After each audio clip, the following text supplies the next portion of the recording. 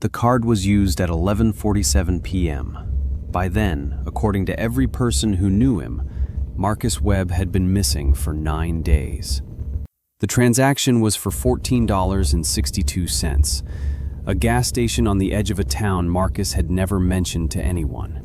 No surveillance footage, no witness, just a charge, and then, 8 minutes later, a second one, 31 cents. Like someone had forgotten something at the register and gone back inside. Investigators would spend the next 4 months trying to explain those two receipts. They never fully did.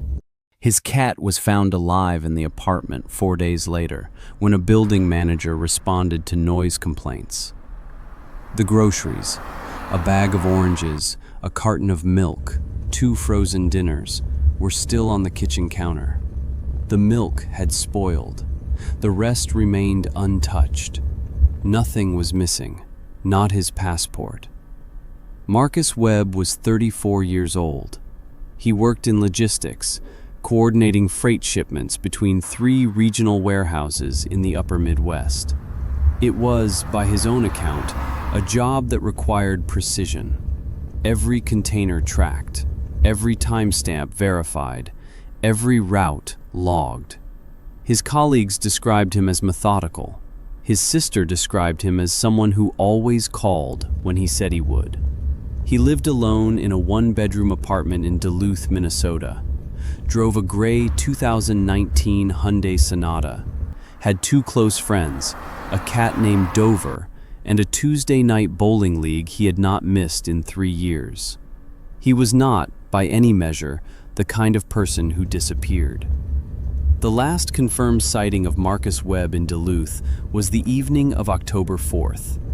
A neighbor watched him carry groceries in from the parking lot at approximately 6:15 p.m. She remembered because he had stopped to ask whether she needed help with her own bags. She declined. He smiled, said goodnight, and went upstairs. He was never seen again. Not his winter jacket, not his laptop. His bowling bag was in the closet. His phone charger was still plugged into the wall. But his wallet was gone, and so was the Hyundai.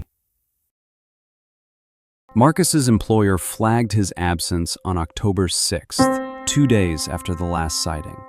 He hadn't called in, hadn't sent an email, just stopped appearing on the scheduling system, which his supervisor described as completely unlike him. His sister, Angela, filed a missing persons report with the Duluth Police Department on October 7th. Detectives began the standard process, pulling phone records, interviewing neighbors, checking with local hospitals and emergency services. Nothing came back.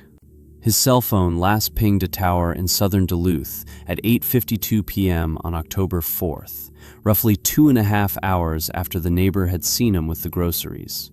After that, the signal went dark. The phone was either turned off or destroyed. It has never been recovered. His car was picked up on a traffic camera on Minnesota State Highway 61, heading south, at 9:14 p.m. on October 4th. The footage was low resolution. The vehicle matched his plate. The driver's face was not visible. And then, nothing. No further camera hits. No tolls, no fuel purchases. Marcus Webb and his gray Hyundai Sonata drove south on Highway 61 on the night of October 4th. And for the next 9 days, there was no record that either of them existed. October 13th, 9 days after the last sighting. A transaction post to Marcus Webb's debit account. $14.62 at a Shell station in Alma, Wisconsin. Alma is a small town on the Mississippi River, approximately 140 miles south of Duluth. It is not a place Marcus had any known connection to. The transaction is followed 8 minutes later by a second, 31 cents at the same location. Investigators later determined the second charge was likely a card verification, the kind that appears when a pump is authorized and then the authorization drops, leaving a small residual amount. Standard, mundane, except that it placed Marcus Webb or his card, alive and in motion, 9 days after he vanished. Angela Webb received an alert from her brother's bank. She had been granted access to monitor his accounts after the disappearance was filed. She called the detective on the case, a man named Raymond Coyle, at 7 in the morning. He had already seen it. Coyle drove to Alma that day. He reviewed the station's surveillance system. The camera covering Pump 3, the pump tied to the transaction, had been offline for 11 days. A technician had been scheduled to repair it. The technician hadn't come yet. There was a working camera at the register, covering the interior. But the gas purchases, both of them, had been paid at the pump using the card's chip. No one had walked inside. The attendant on duty that night was a 62-year-old man named Earl, who had worked the overnight shift at that station for 4 years. He did not recall anyone unusual. He did not recall a gray Hyundai Sonata. He recalled, he said, a very quiet night. Coyle asked Earl one more question before he left. Was there a second pump nearby? A pump that could be reached from the parking lot without passing the windows? Earl said yes. Pump 7 was around the back, near the propane cages. People used it sometimes to avoid the line. The camera for Pump 7 was working, but it only stored 24 hours of footage before overwriting. Coyle had arrived on October 14th. The footage from October 13th was gone. In missing persons cases, investigators used the phrase "the silence period" to describe the stretch of time between a subject's disappearance and their first contact with the world. A day, 3 days, a week. The length of the silence period shapes how a case is categorized: voluntary or involuntary, active or passive, danger or choice. Marcus Webb's silence period was 9 days. That is long. Long enough that, in most cases, it tips the classification toward involuntary, toward foul play. But the Alma transaction complicated that reading. If someone had taken Marcus's card from him, if this was a case of robbery or assault or something worse, why wait 9 days to use it? Why use it in small amounts, for fuel, at a location with a compromised camera, near a back pump that wasn't visible from the windows? That level of operational awareness is unusual for a criminal opportunist. It suggests planning. It suggests knowledge of how investigations work. And it suggests one more thing, which Coyle noted in his case file, and which would not leave his thinking for the duration of the investigation. Whoever used that card in Alma, Wisconsin on October 13th had either been planning this for some time, or they had been taught by someone who had. The investigation widened. Coyle requested Marcus's full digital history. He spoke to Marcus's 2 close friends, a man named Terrence and a woman named Bev, both of whom described the same version of Marcus: steady, private, warm, not given to drama or crisis. Terrence said he had seemed a little distant in the months before October, but attributed it to seasonal mood. Bev said, "He mentioned once that he wanted to live somewhere he could see the river. I thought he meant eventually. I thought he meant someday."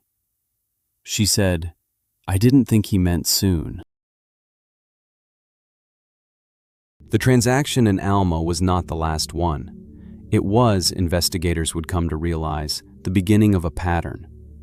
On October 17th, 4 days after the Alma transaction, Marcus's card was used again, this time at a quick trip in La Crosse, Wisconsin, 70 miles south of Alma along the Mississippi River. $43 even, a fuel purchase, Pump 9. The station's outdoor cameras were functional. The vehicle at Pump 9 was a dark gray or black sedan. The footage was grainy. The plate was not captured at an angle that allowed for a read. The driver exited the vehicle, inserted the card, pumped the fuel, returned to the vehicle, and drove south on US Route 14. The entire interaction took 3 minutes and 40 seconds. The driver wore a hooded sweatshirt with the hood up. In the footage, they never looked toward a camera. Detective Coyle, reviewing this footage, noted 2 things. First, the driver appeared to know the camera positions. The head never turned toward either of the 2 outdoor units. This could be coincidence. It could be familiarity with gas station layouts. It could be something else. Second, the car was the wrong color. Marcus Webb's Hyundai Sonata was gray, a light silver gray. The vehicle on the lacrosse footage appeared darker. Coyle sent the footage to the state lab for enhancement. The lab returned a report 2 weeks later stating the color was, quote, indeterminate due to lighting conditions and compression artifacts. On October 22nd, another transaction.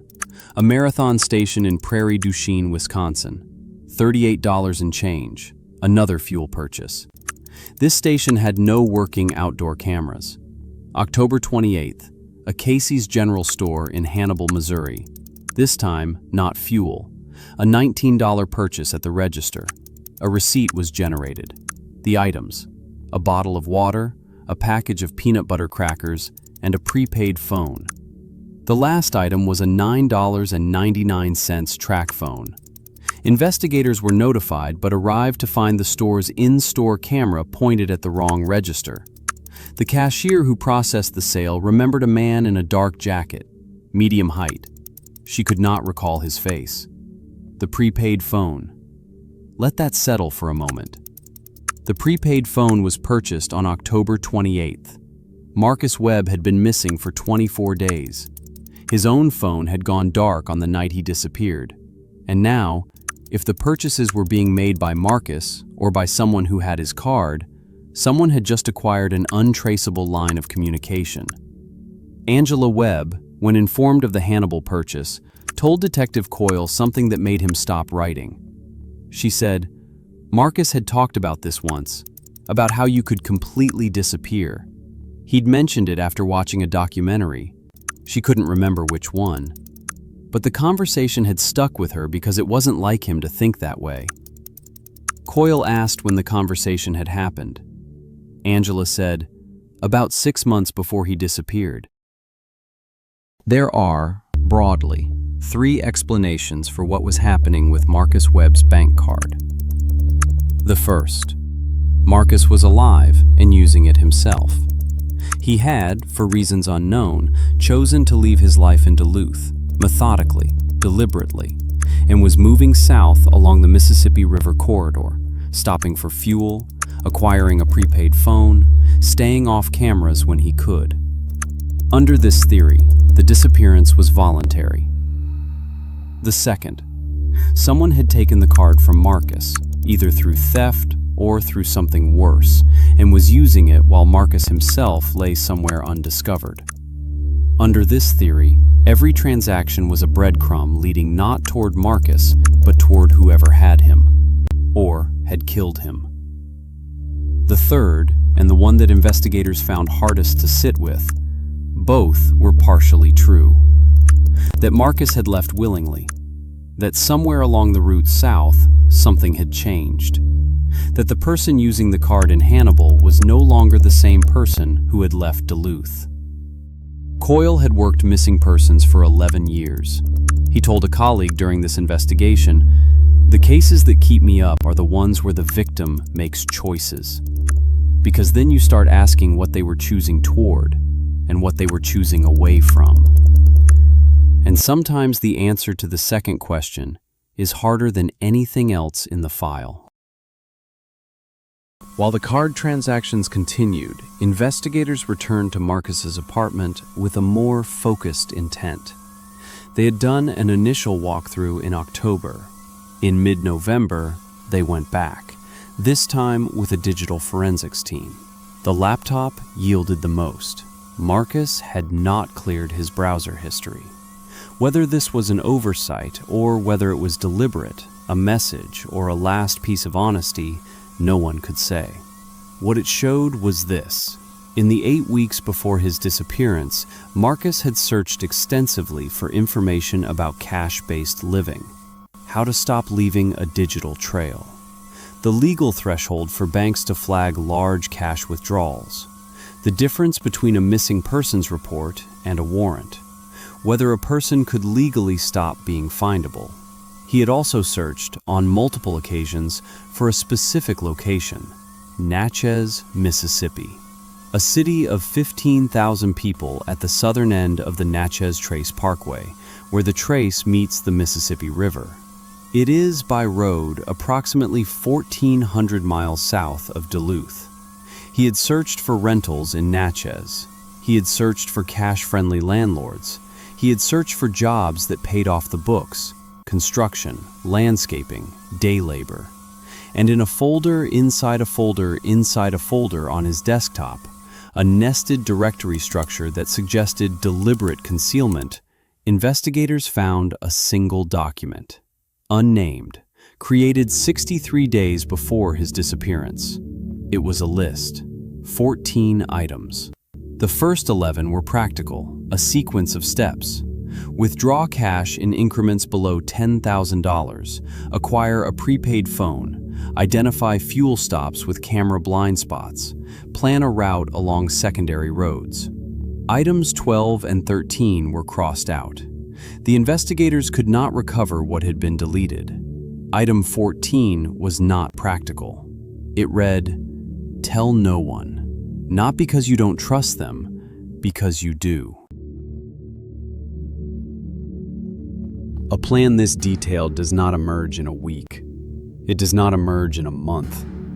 The nested folder structure, the cache accumulation, the browser research conducted over 8 weeks. This was a project. Something Marcus had been building toward over a significant period of time. And yet, his colleagues found nothing. His friends noticed only a vague distance. His sister saw grief, and she wasn't wrong. But grief was not all of it. There is a specific kind of quiet that people maintain when they are preparing to leave. Not secretive quiet, which draws attention. Not sad quiet, which draws concern. Something more neutral. The quiet of someone who has already made a decision and is simply moving through the days until they can act on it. People close to them often describe it, in retrospect, as calm, sometimes even as peace. Bev, Marcus's friend, used that word. She said, "Looking back, he seemed at peace in those last few months. At the time, I thought it was a good thing.